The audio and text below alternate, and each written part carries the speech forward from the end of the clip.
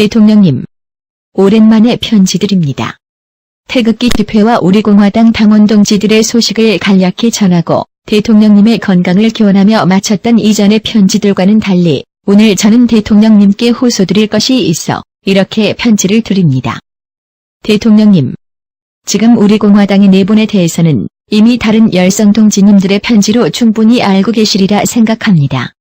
어느 분들은 군더더기 없는 깔끔한 문체로 팩트를 말씀드렸을 것이고 어느 분들은 지금 분노하고 실망하고 탄식하는 동지들의 마음을 생생히 전하셨겠지요.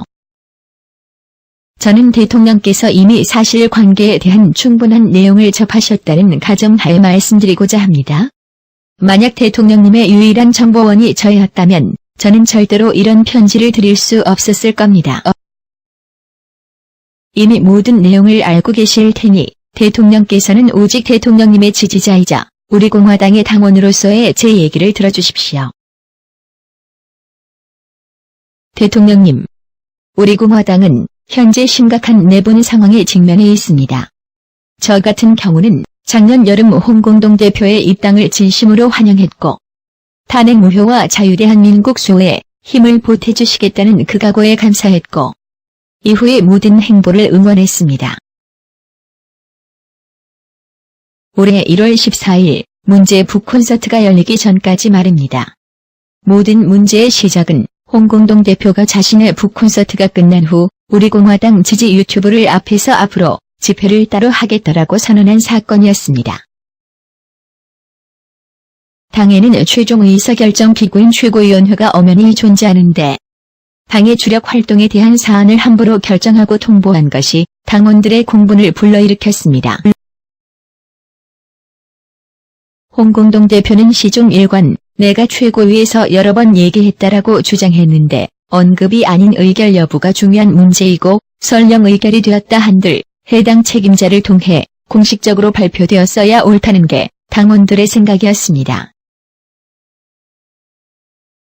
게다가 바로 다음 날 현재 태극기 집회의 총괄본부장인 박태우 최고위원은 최고위에서 그런 의결을 한 바가 없다 라고 공식적으로 밝혔습니다.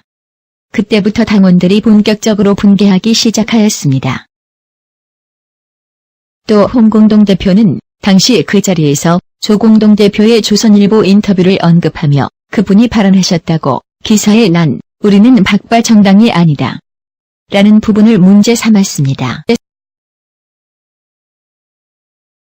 제 개인적인 생각을 잠시 말씀드리자면 저는 그 인터뷰는 문제될 게 없다고 생각했습니다.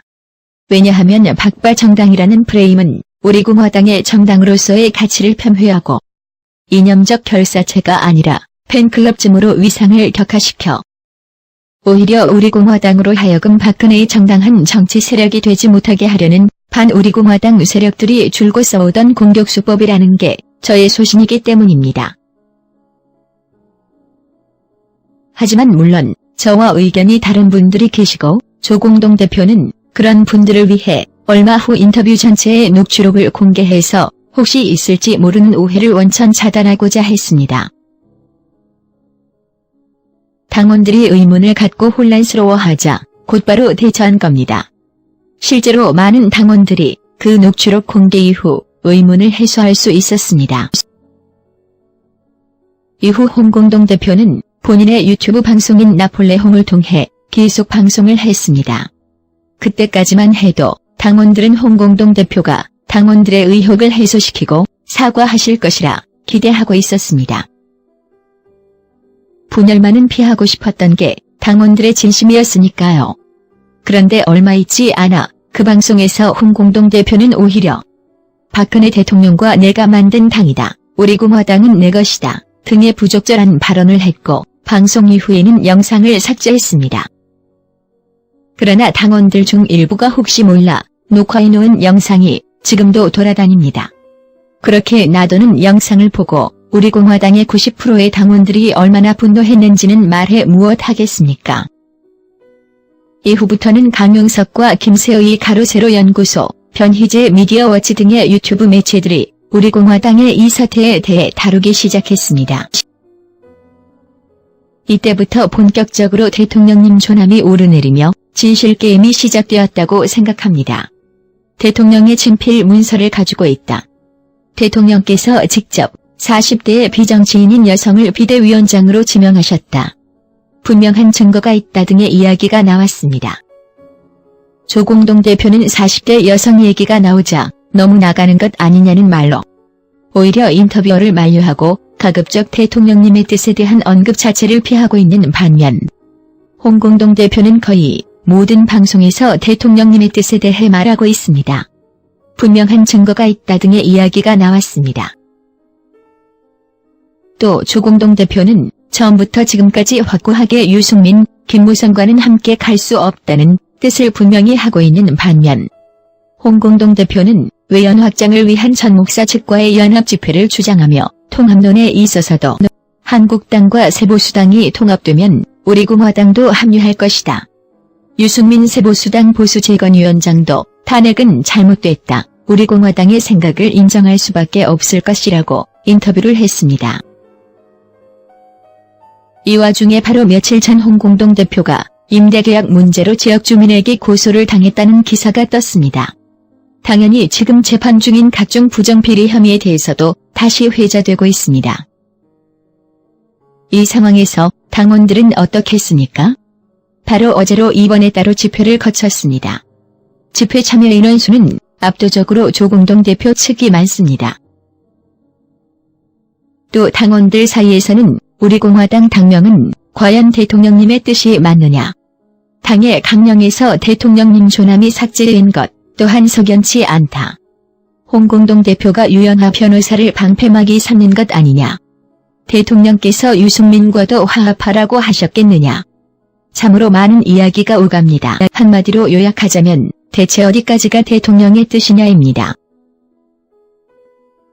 당의 청년들은 그동안의 홍공동 대표 측 인사들의 부적절한 행동들을 폭로하며 공개적으로 제명을 요구하는 기자회견을 가졌고 당직자들, 시도당 위원장들 역시 마찬가지의 행보를 보였습니다.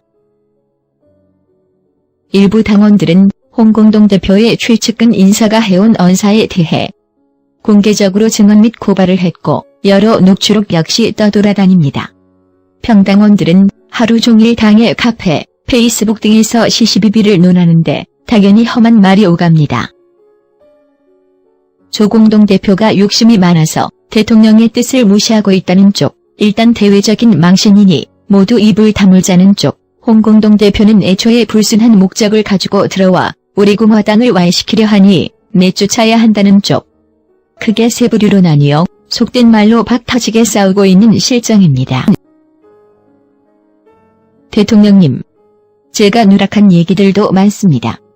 이미 다 파악하고 계시지요?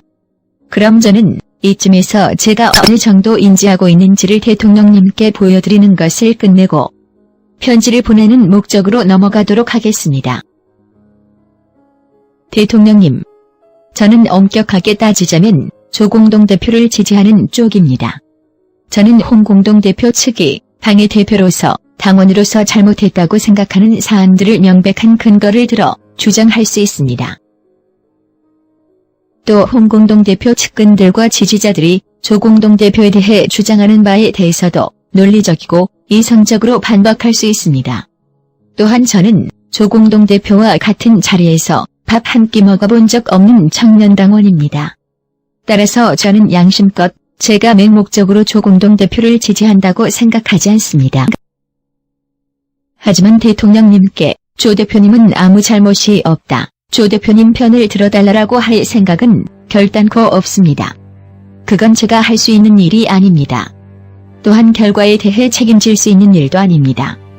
해서 저는 다만 탄핵 무효와 자유대한민국의 수호를 위해 싸우고 있는 국민의 한 사람으로서 보편 타당한 공공의 이익에 대해 호소하려 합니다. 대통령님, 어떤 식으로든 저희가 더 이상 확인할 수 없는 정보에 의해 농락당하는 꼴은 면하게 해주십시오. 대통령님 탄핵 때를 생각해봐 주십시오. 얼마나 많은 가짜 뉴스가 있었습니까? 언론은 알 권리라는 미명하에 아님 말고 시계 방송과 보도로 국민들을 개돼지 취급했습니다. 우리는 우리가 정의이고 진실임에도 불구하고 그자들의 사실 왜곡, 허위선전 선동에 의해 핍박당하고 조롱당하고 모욕당했습니다. 그리 내몰려서 한 맺힌 서름으로 자리한 곳이 아스팔트입니다. 그렇게 맨손으로 일군 대한애국당과 우리공화당입니다. 그런데 지금 우리는 또다시 끝나지 않는 진실게임에 말려들어 분열되고 있습니다. 이 진실게임의 근원이자 트로피가 바로 대통령님의 뜻입니다. 박근혜의 탄핵은 정당했다에 맞서서 오로지 팩트 하나만을 무기로 우리가 얼마나 처절하게 싸워왔는지 잘 아시지 않습니까? 대통령님, 탄핵 무효를 외치는 사람들 중에는 물론 대통령님을 인간적으로 사랑하고 존경하는 사람들도 많지만 그보다 더 포괄적으로 그 사람들을 아우르는 개념은 진실과 정의를 존중하는 국민입니다. 대통령님의 직무에는 물론 저같이 미숙한 청년이 짐작할 수도 없는 깊은 뜻이 담겨 있겠지만 지금 당장 제 눈에는 또 다시 분열 세력, 이익에 따라 박근혜를 버리려는 자들, 조원진 광신도들로 몰려서 피눈물을 흘리고 있는 동지들이 더 중요합니다. 왜냐하면 바로 지금 우리들은 또 다시 대통령님 탄핵 때와 똑같은 서름을 겪고 있는 중이기 때문입니다. 그때 대통령님을 지키지 못했던 것이 천추의 한이 된 분들이 많습니다. 그래서 조 대표님은 꼭 지켜드리려고 애쓰고 있는 겁니다. 지금 물러나면 끝장이라는 걸 잘 알고 있기 때문입니다. 좌파들과 싸울 수 있습니다. 팩트를 공부하고 정신 무장 단단히 하고 오로지 논리와 이성으로 싸워서 이길 수 있습니다. 지난 3년이 아니라 앞으로 30년이라 해도 대한민국의 정의와 진실을 위해서라면 국민으로서 당연히 싸워야 한다고 생각하고 있는 분들이 대부분일 겁니다. 하지만 대통령님, 아무리 각오가 대단하다 한들 어제의 동지였던 사람들이 오로지 진위 여부가 불확실한 대통령의 뜻이다라는 말 한마디 따위로 등을 돌리고 욕을 퍼부어대는 그런 참극 앞에서 냉정할 수만은 없게 됩니다. 3년을 아스팔트에서 눈이 오나 비가 오나 태극기 하나 들고서 여름에는 더워서 겨울에는 추워서 집회 안 한다고 하면 어쩌나. 오히려 이런 걱정을 하며 살아온 분들이 그런 대접받는 건 아무리 봐도 아니지 않습니까? 진실과 정의가 아니지 않습니까? 대통령님 탄핵 이후 난생 처음 정당에 가입하고 아직도 정치의 정자도 모르는 저는 대통령님께 정확히 무엇을 부탁드려야 하는지도 모르겠습니다. 사실 지금 이 편지를 써서 보내는 것이 얼마만큼의 의미가 있을지도 확신할 수 없습니다.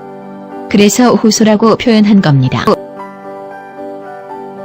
하지만 이 편지 한 통 안 쓰면, 이런 호소 한 번 안 드리면 3년간 함께 싸워온 동지님들 볼 낯이 없어서 자판을 두드렸습니다. 제일 먼저 생각난 얼굴은 물론 조원진 동지였습니다. 두서없이 부족한 편지를 끝까지 읽어주셔서 진심으로 감사드립니다. 저는 다시 제가 할 수 있는 애국 활동을 하며 탄핵 무효를 외치고 대통령님의 건강을 기원하겠습니다. 어떤 식으로든 하루빨리 진실이 드러나고 정의가 실현되기를 간절히 바랍니다. 부디 건강하십시오. 우리공화당 청년당원 올림.